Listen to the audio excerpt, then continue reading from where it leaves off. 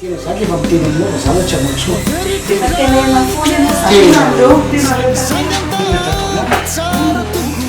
Fatsaby tsy miara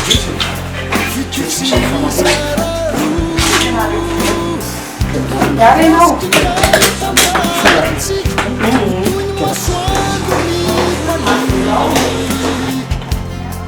Tsy azo avelangatsy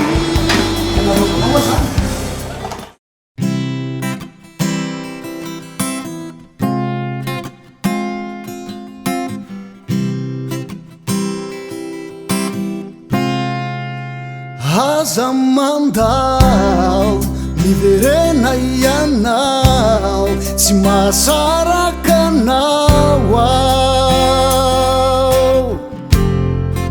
miangavy re ao aza vely rery ao mamelay anao tsapako fa maro toko reo titra vitako iova fo ao anao izay sitrakao itisianatsanao ao ilaozako izay tsy maso tsy isy ny fanindro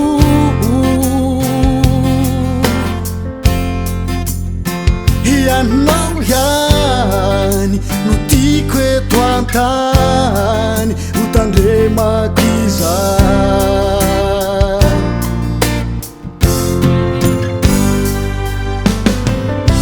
averiko indray ny teo aloha sangisangy antahanta tsara toko fity tsy mizara roa avosiko indray le tantarantsika ho toy ny masoandro mipaliky tsy azo avelangatsika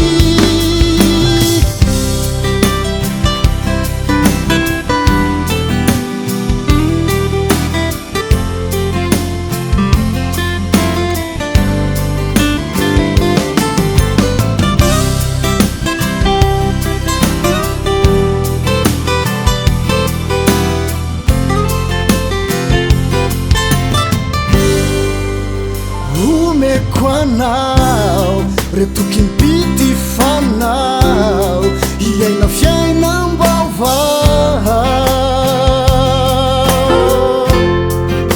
averiko indray reo teny mamiatrizay hita fanampiray ianao ihany no tiako eto antany ho tandremako izany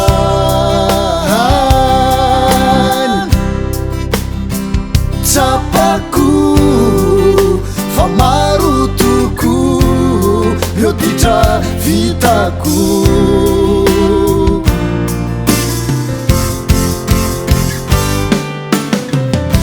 averiko indray ny teo aroa tambitamby antahanta mambabo ny fo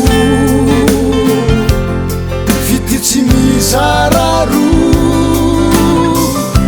avosiko indray le tantarantsika ho toy ny masoandro mipalika tsy azo avelangatsika misosi ny tsara no afafy amizay ny fitiavana miamaty tsy mety ny manao raha